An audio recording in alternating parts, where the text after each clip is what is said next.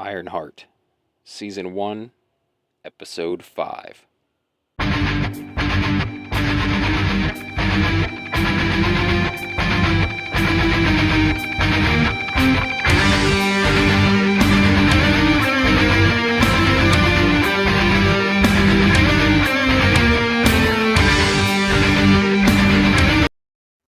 Ladies and gentlemen, welcome to Marvel Plus, the podcast devoted to all things MCU. My name is Brett Scott. I am your host, and this is the show. And we're back today to talk about Episode 5 of Ironheart. And this is another solo episode, unfortunately. I'm sorry. One of the biggest things that I'm having an issue with is getting guests that can record at the same time I can record, which is very limited right now. And I apologize for that, but I hope you guys still enjoy it. Still be on the lookout for new episodes that do have new guests, because those are coming. They're just a little more few and far between. And then also always check out the Patreon if you're interested in I always have someone with me when I'm reviewing the OG MCU films, right? So if you're interested in that, go check out the Marvel Plus Patreon. If this is your first time here and you enjoy this episode, please, or go check out some other episodes. If you enjoy the show, please, subscribe, favorite, follow, whatever you do to keep the podcast in your feed, so you get future episodes and a whole huge backlog of like 200 past episodes. So anything you can do, like the channel, share with your geeky friends wherever you can. That's the best way to help the channel grow. And then also, if you could rate and review the show over on Spotify or Apple Podcasts, that is a huge help. And if you leave a written review, I'll read it right here on the show. I love doing that. That's one of my favorite things to do on here. So we're here to talk about Episode 5 today, which the show's kind of heating up. It's getting a little crazy. And there were some things in this episode that I liked and some things in this episode that I wasn't huge on. But we'll get to it. We'll get into it. Probably be a little bit quicker of an episode as usual when I'm by myself.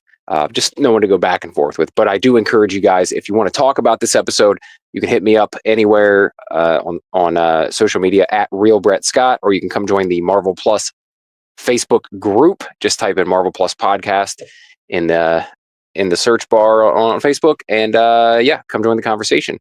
And if you're interested in being a guest, we can talk about scheduling a time for you to come on. We can talk about this show or future shows or future films that are coming out. I love talking to new people all the time. So please reach out if you were interested in coming on the show. Don't be afraid. I'm nice, I promise. So let's kind of jump into the story of this episode. I probably won't hit every beat of it and go into super detail, but I do want to talk about definitely some key moments in the episode. So in the beginning of the episode, Natalie, the AI, is captured by the Hood gang. I don't know how you capture, but like somehow taken out of the suit and leaving Riri vulnerable. And Riri and Zelma are at the White Castle, and they're discussing like this potential dark magic or bad magic that is behind Parker's hood. And Zelma's trying to figure out like who could be behind the creation of this hood. And she thinks, she's 50% sure that it's Dormammu, which, if you remember Dormammu from Doctor Strange, the first film, it was a big part of that film. Just basically a dark overlord that wants to consume our universe, or inner universe, really. But anyway, they're there discussing that. They come to that kind of conclusion, or she comes to that conclusion. Riri's skeptical, but like, okay, if you say so. I don't know anything about magic. But right in the midst of their delicious White Castle, which I hate White Castle, by the way. I'm sorry if you like White Castle. I hate White Castle. I think it's garbage, nasty, disgusting. But that's only because I hate onions, and their like main ingredient in all of their burgers is onions. So anyway, moving on.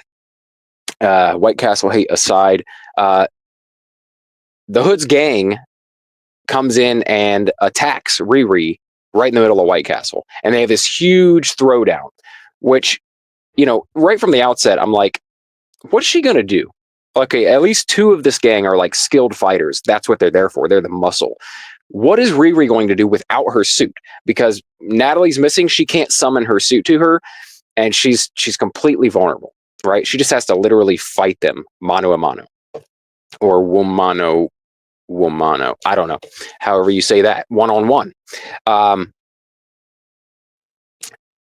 But she holds her own. Like surprisingly, she holds her own. Um, and against the blood siblings, especially, like I just don't. Like I said, they're the skilled fighters of the group. But she uses a bunch of random stuff in the restaurant to like hit them with, and um, project things at them, and hits them and stuff, and basically kind of like runs away as she's hitting them. So I guess it kind of worked like that. That's where I was like skeptical, but when I went back and rewatched it the second time, I realized she didn't actually fight a whole lot. She was just kind of like throwing stuff like at them, hitting them with stuff, and kind of getting out of the way. So she ends up using her little force field thing that she developed to protect her family and friends to actually capture them so that they couldn't harm her anymore. And she actually, she gets away. She escapes from White Castle, but then she has to face Ezekiel. Ezekiel Stain, all mech'd out with biotech upgrades. And this is probably the thing I like the least about this episode.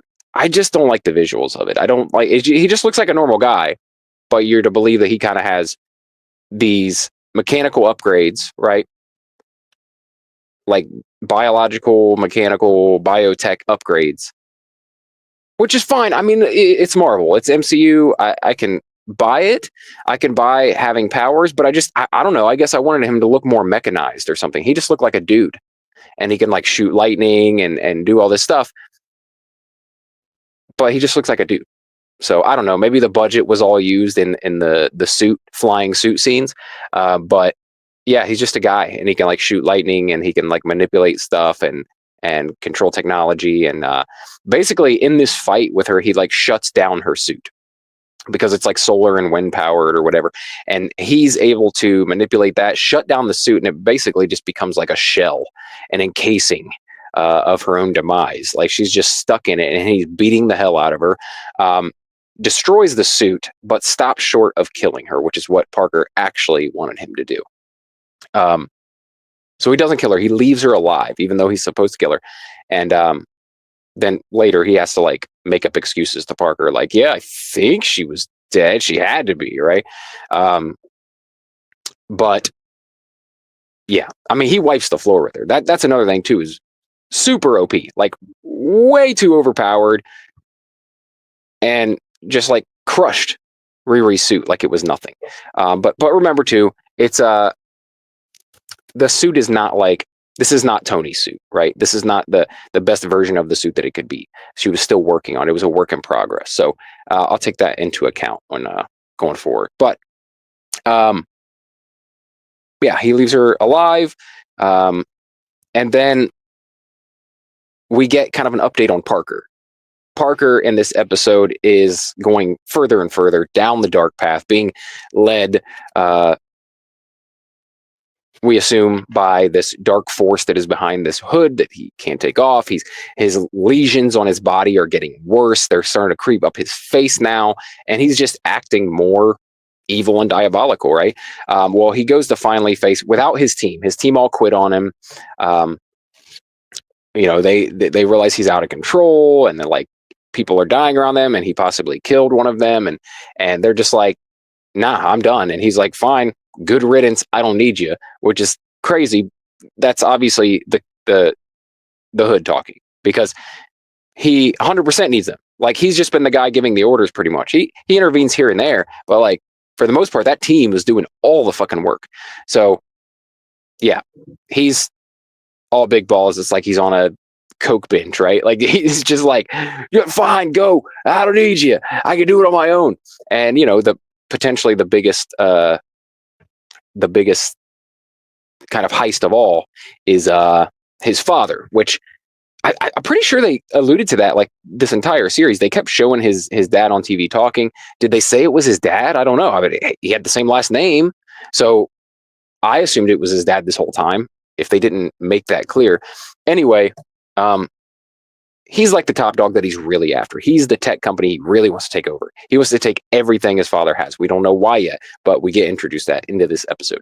So he uses Ezekiel, which he in the previous episode we learned that he input his name as kind of like the username, the person who can control all this mechanized the mechanized version of Ezekiel. He kind of has the controls for him. He's the admin to everything. So he goes in, he just walks right onto his father's like heavily guarded property, but uses Ezekiel as his blunt force trauma, right? Like he brings Ezekiel in, Ezekiel smashes all the guards. And then also Parker has his hood. So he's like going invisible and popping up and shooting curved bullets. And it's an easy takeover. He walks right into his dad's office, says, sign this contract, which signs everything over to me, like everything. I'm talking your entire net worth, your everything you own, your house, your cars, your estate, your entire estate, and your business is now going to be mine. And reluctantly, he does. But in the midst of all that, we do find out kind of what happened with Parker and his father. His dad gave him up when he was like 12 years old because he was a kind of an unruly child. But still, he's like, dude, I was a kid. I was 12. Like, you could have understood me more, done something, intervened. But instead, he sent him away and basically had nothing to do with him for the past however many years, couple decades, maybe. I don't know. He's probably a decade and a half, right? And has nothing to do with him. And so now he's kind of like getting him back for this abandonment. And I guess that's kind of what has been fueling this whole mission that he's been on, to go and just take what he feels like he deserves, take from all these big tech CEOs like his dad, and show him who's boss, right? And become extremely rich in the process. And so he does that. His dad leaves the estate. It's now him. He's the king. He's sitting there with his hood on at the desk, looking like he's sitting at the Oval Office, right? And you see the skin malformations that he has start to like creep up. The scales start to like creep up the side of his face. So he's going full dark at the end of this episode, or at least the last time we see him. And then back on Riri's side, she's kind of got to come to terms with her trauma. And a big part of that is realizing she can't do it alone, and that she has to acknowledge kind of the bad things that have happened, right? But also the good things. So with the help of everyone, she's got Natalie back now as well. With the help of everyone, including her mom, Xavier even shows up to help. That young kid that keeps popping in to help here and there and wants payment for it. And Natalie and Zelma and everyone is on board now, and they use Gary's old car, which is not gone because mom bought it back, I guess, early on, off screen, and they're using the parts from that somehow to create a new suit. And it's a badass suit. When it's revealed at the end, it's pretty badass. It's the best suit I think we've seen so far. Definitely. But, during the process of this whole Rocky montage of like creating this suit, working together, we see that they're also going to infuse magic into this suit. So not only are they going to have the tech to defeat Ezekiel, they'll also have some magic infused into this suit to maybe fight off this dark force that's behind the hood. And so the only problem there is that in the end, when they finally have the suit all together and they infuse it with the magic it does something. It overpowers the suit and it gets rid of Natalie. So, and I think this will be part of Riri's growth as well. is learning to navigate her trauma without the crutch of having Natalie there. I think she served a purpose. Natalie served a purpose in starting the process, but then all these people who are still there in real life, her friends and family, are going to help her now, and she's going to realize she needs their help in facing this trauma, in remembering the good times, in getting through this, and being able to fight off the evil that's after her. So that's a rundown of the episode. Like, I'm ready for the finale. This show's better than I thought it would be. I'm not saying it's my favorite show or even in the top 5 of my favorite shows, but it wasn't bad so far. I mean, I guess they could totally fumble it with the ending, but I think that would be hard to do at this point. We'll see. We'll see. But right now, I'm perfectly happy with the series. I'm not over the moon running to tell everybody about it, but it's a good series, and I'm glad I watched it. And I'll go into this finale with high hopes. I feel pretty good about it. The story, the characters, all pretty good. There were a couple nitpicks here and there of like just illogical stuff that I think they shoved in there because they had to make the story work. But other than that, it's been a pretty damn good story, and it sticks with the whole theme of, you know, this whole multiverse saga, which is trauma and overcoming pain, right? Emotional pain.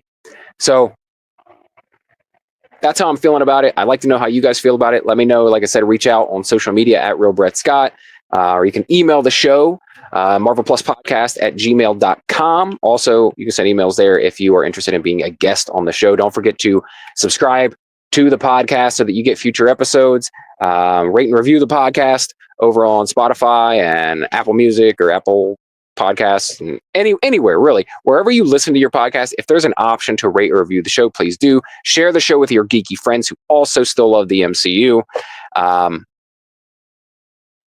What else? Check out the Marvel Plus Patreon if you're interested in video versions of the podcast. You can see my beautiful face and the beautiful faces of my guests that I have, and also get bonus episodes of classic MCU and other Marvel properties as well, if you're interested in that. So go check it all out. And I will see you very soon when we talk about the finale episode of Ironheart.